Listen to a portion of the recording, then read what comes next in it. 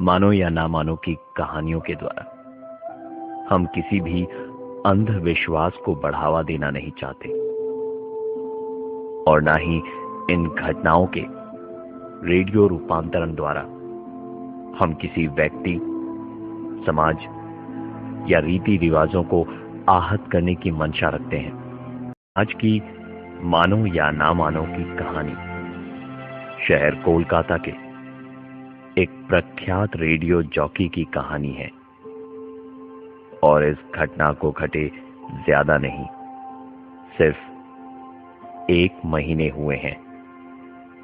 अर्थात यादें अब भी ताजा है और उस घटना को याद कर अभी भी आधी रात गए उनकी नींद टूट जाती है। ये कहानी है आपके अपने रेडियो जॉकी आरजे अनिमेश की, जिनके साथ 1 महीने पहले कुछ ऐसी अजीबोगरीब घटनाएं घटी जो उनकी क्या हमारी कल्पना से भी परे है और उसके बारे में सोच अब भी उनके रोंगटे खड़े हो जाते हैं। आरजे अनिमेश उन लोगों में से थे जो भूत प्रेत और आत्माओं का मजाक उड़ाते थे और उनके अनुसार इन अदृश्य शक्तियों का निवास सिर्फ और सिर्फ हमारी कल्पनाओं की देन मात्र है। पर आज उनको भी इस चीज का एहसास है कि उनकी ये सोच बिल्कुल गलत थी। करीबन 1 महीने पहले की बात है। ऑफिस के किसी काम से अनिमेश को 6 दिनों के लिए केरला भेजा गया था। पहले के 4 दिन उनके बड़े आराम से बीते और 5वें दिन से शुरू हुआ अजीबोगरीब घटनाओं का सिलसिला।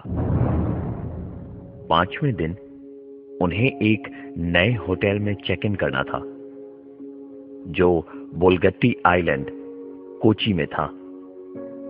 एक लंबे सफर के बाद 5वें दिन दोपहर वो उस होटल में पहुंचे।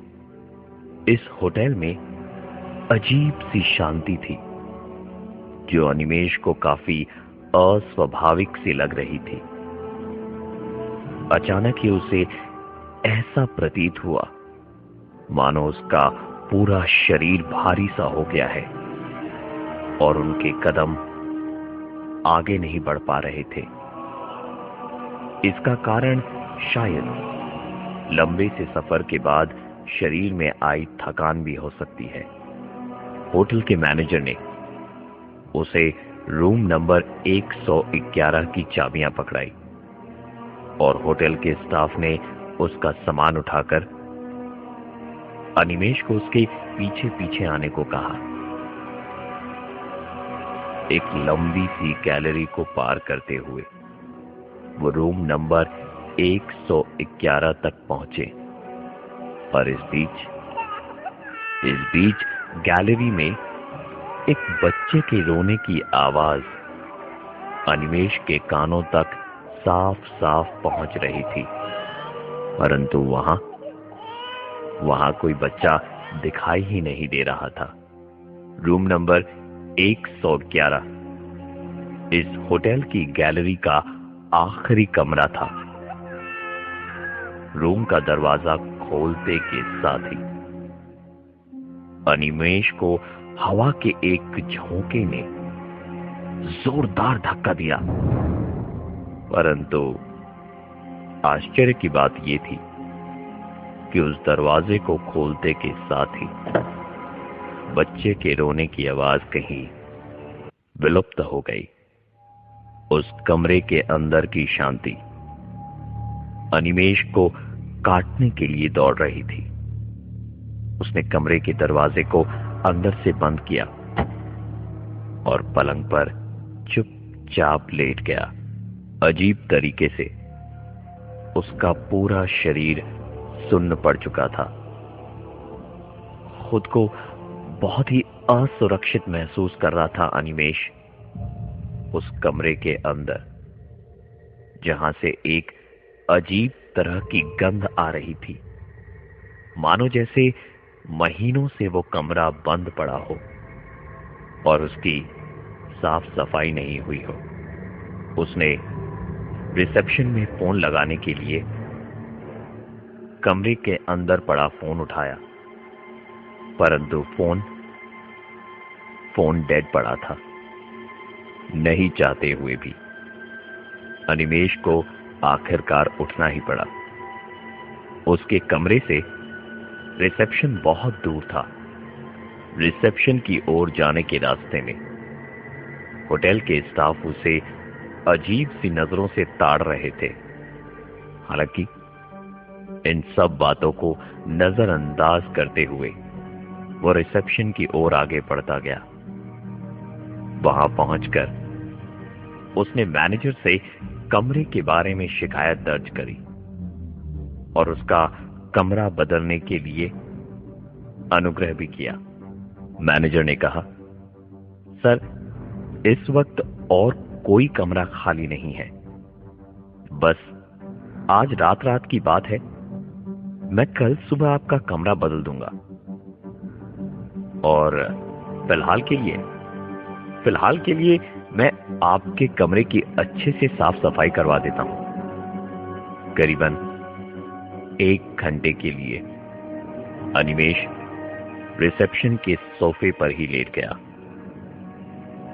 जब आंखें खुली तो घड़ी में दोपहर के 2 बज चुके थे। वो दौड़ता हुआ कमरे में गया और तैयार होकर अपनी मीटिंग के लिए निकल गया।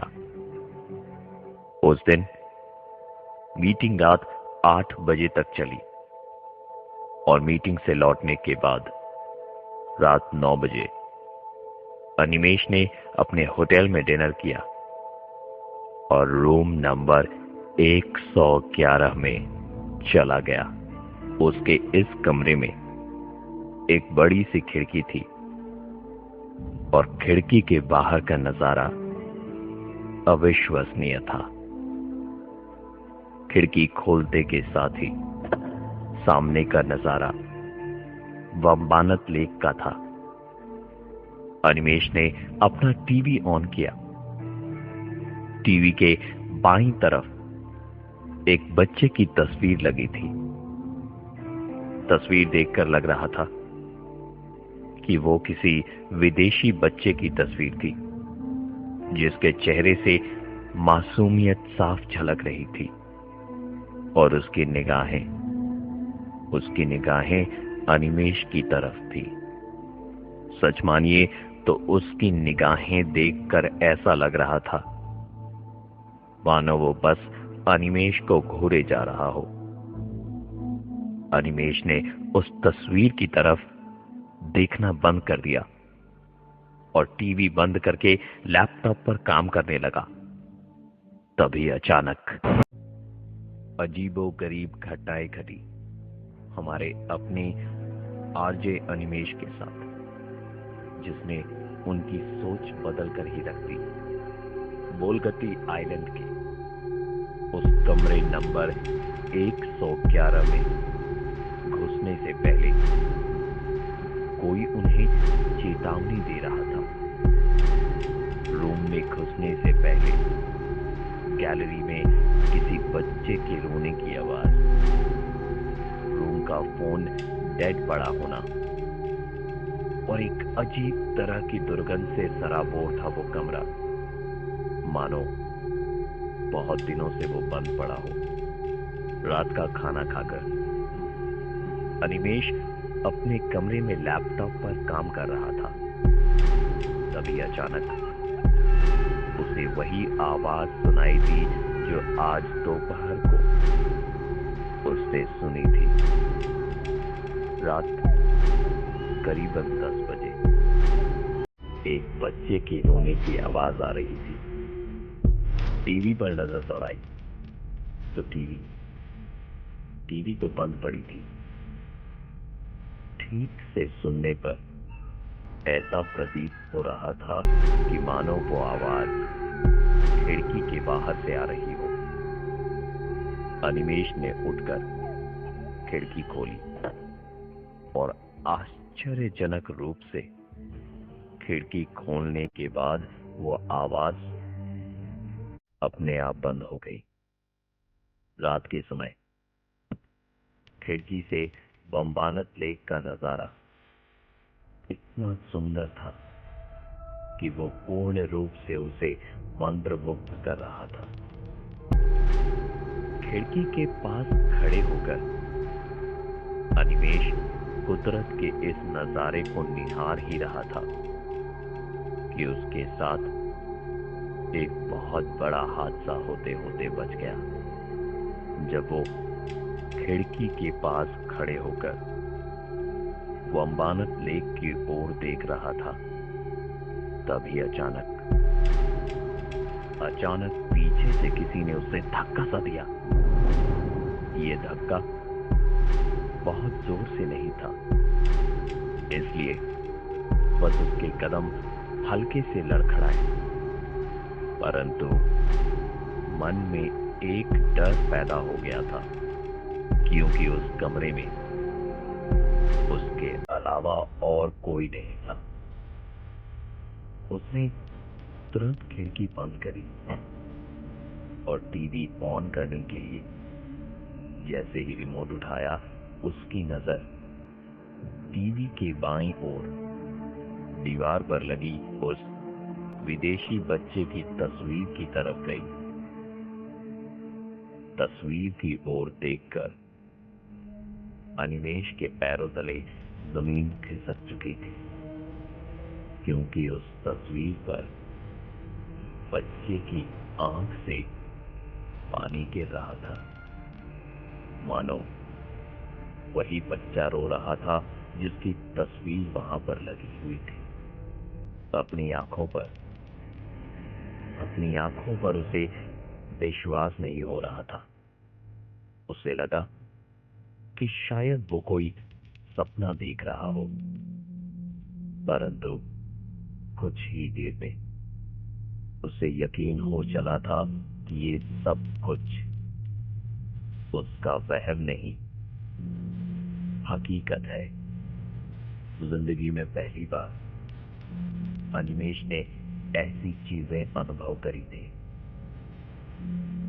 जो उसकी कल्पना से भी परे था। उसने तुरंत कमरे में अंधेरा करा और अपने मुंह तक चादर तान कर सोने की कोशिश करने लगा। इसके बाद अनिमेष के साथ 3-4 ऐसी और घटनाएं घटी जिसने उसे उस कमरे को आधी रात में ही छोड़ने को विवश कर दिया। चद्दर को सर तक तान लिया था अनिमेष ने, ताकि उसकी आंखों के सामने सिर्फ अंधेरा हो और कमरे की एक झलक भी उसके सामने ना आए। अनिमेष की वो चद्दर जो उसने अपने सर तक तान रखी थी, उसे कोई धीरे धीरे नीचे की ओर खींच रहा था। कोई तो था जो बंद कमरे में उसे अपनी उपस्थिति का एहसास दिला रहा था। बार बार धड़कनें काफी तेज हो गई थी अनिमेष की। तभी अचानक चद्दर के अंदर से वो एक पल उजाला और अगले ही क्षण अंधेरा देख पा रहा था। ये सिलसिला करीबन 5 मिनटों तक चलता रहा। अंत में उसने अपनी सारी हिम्मत जुटाते हुए अपने पूरे शरीर के ऊपर से चादर उठाई। चद्दर हटाते के साथ ही उसने पाया कि बाथरूम की लाइट अपने आप जल और बुझ रही है। दबे हुए कदमों के साथ उसने बाथरूम की ओर जाना शुरू किया और गौरतलब रूप से बाथरूम की बत्ती का स्विच बंद पड़ा था, परंतु लाइट अपने आप जल और बुझ रही थी। इसके पीछे शायद कोई टेक्निकल फॉल्ट हो, परंतु बाथरूम से निकलने के बाद अनिमेष की आंखों के सामने जो नजारा था वो ना ही किसी टेक्निकल फॉल्ट का नतीजा था और ना ही उसके पीछे कोई वैज्ञानिक व्याख्या थी। यू टर्न शो में चल रहा है प्रवीण यानी मेरे साथ, मानो या ना मानो। अनिमेष जैसे ही बाथरूम से बाहर निकला, उसकी नजर अपने पलंग पर गई, जहां उसके लैपटॉप के साथ में छेड़छाड़ कर रहा था एक 5 साल का छोटा सा बच्चा। इस बच्चे की शक्ल उस तस्वीर वाले बच्चे की शक्ल से हूबहू मिल रही थी। अनिमेष की सोचने और समझने की शक्ति छिन्न हो गई थी। वो बस उस बच्चे की तरफ स्तब्ध होकर देखे जा रहा था कि अचानक उस बच्चे ने अनिमेष की तरफ अपनी नजरें उठाई। आंखों के सामने उस अद्भुत नजारे को देख अनिमेष के गले से कोई आवाज नहीं निकल पा रही थी। उसने तुरंत अपना होश संभाला और अपने कमरे से बाहर की ओर भागा। वो दौड़ता हुआ रिसेप्शन की ओर जा रहा था कि उसे होटल का एक स्टाफ मिला जो इस वक्त सोने की तैयारी कर रहा था। उम्र के तकाजे से शायद ये उस होटल के सबसे पुराने कर्मचारियों में से एक थे। अनिमेष ने चिल्लाते हुए उनसे कहा कि मैंने मेरे कमरे में एक बच्चे को देखा है। अनिमेष के इतना कहते के साथ ही उस होटल स्टाफ की आंखें बड़ी बड़ी हो गई थी, मानो अकस्मात ही उसे कुछ याद आ गया। परंतु उसने सभी चीजों को नजरअंदाज करते हुए कहा, अगर आप ठीक समझो तो आप मेरे साथ आज की रात यहां गुजार सकते हैं। अनिमेष ने उनका हाथ पकड़ा और कहा, चाचा, कुछ तो है जो आप बताना नहीं चाहते। और फिर उसके बार बार अनुरोध करने से चाचा ने कमरा नंबर 111 का सबसे बड़ा राज बताया। करीबन 2 साल पहले लंदन से एक परिवार इस होटल में रहने आया। उन्होंने 1 महीने के लिए कमरा नंबर 111 बुक करके रखा था और कमरे को अपने घर की तरह सजा भी लिया था। वहां दीवार पर लगी पेंटिंग को उन्होंने अपने 5 साल के बच्चे की फोटो के साथ बदल दिया था। 28 जून 2010 की रात कयामत की रात थी। न जाने पति पत्नी के बीच ऐसी क्या बातचीत हुई कि पति ने तेज धार वाली छुरी से पहले तो अपनी पत्नी का बेरहमी से खून कर दिया और फिर अपने 5 साल के बच्चे को खिड़की से बाहर वंवानत लेक में धकेल दिया और उसके बाद खुद कमरे के पंखे से लटककर आत्महत्या कर ली। उस दिन से ये कमरा बंद पड़ा था। कमरे की हर एक चीज को उस दुर्घटना के बाद बदल दिया गया था, लेकिन उस बच्ची की तस्वीर वहीं की वहीं थी। उन्होंने बताया कि मैनेजर ने शायद गलती से अनिमेश को यह कमरा दे दिया था, क्योंकि नए होने के कारण उसे इस घटना के बारे में कुछ भी नहीं पता है। चाचा की बातें सुनते सुनते कब अनिमेश की आंखें लग गई उसे पता ही नहीं चला। सुबह जब उसकी आंखें खुली तो चाचा उसे अगल बगल कहीं नजर ही नहीं आए। सुबह करीबन 10 बजे अनिमेश की फ्लाइट थी, इसलिए अनिमेश ने हिम्मत करते हुए अपना लगेज लेने खातिर उस रूम में प्रवेश किया और झटपट सारा सामान लेकर कमरे से बाहर आ गया। दरवाजा बंद करने के साथ ही बच्चे के रोने की आवाज एक बार फिर उसकी कानों में पड़ी। ये सुनते के साथ ही अनिमेश रिसेप्शन की ओर भागा। उसने तुरंत अपना बिल क्लियर किया, रूम की चाबियां पकड़ाई और वहां से रवाना होने के लिए तैयार हो गया। परंतु जाने से पहले वो चाचा से एक बार मिलना चाहता था। मैनेजर से जब अनिमेश ने पूछा तो वो उसकी कोई भी मदद नहीं कर पाए, क्योंकि नया होने के कारण शायद वो सभी स्टाफ से मिल नहीं पाए। परंतु उसके बगल में खड़ा होटल का और एक स्टाफ बड़ी उत्सुकता से चाचा का नाम अनिमेश से पूछ बैठा।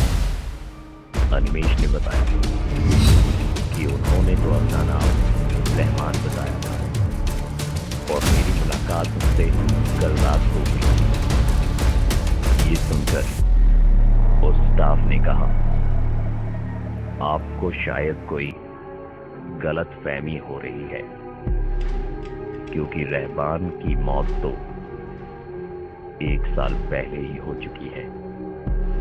मानो या ना मानो।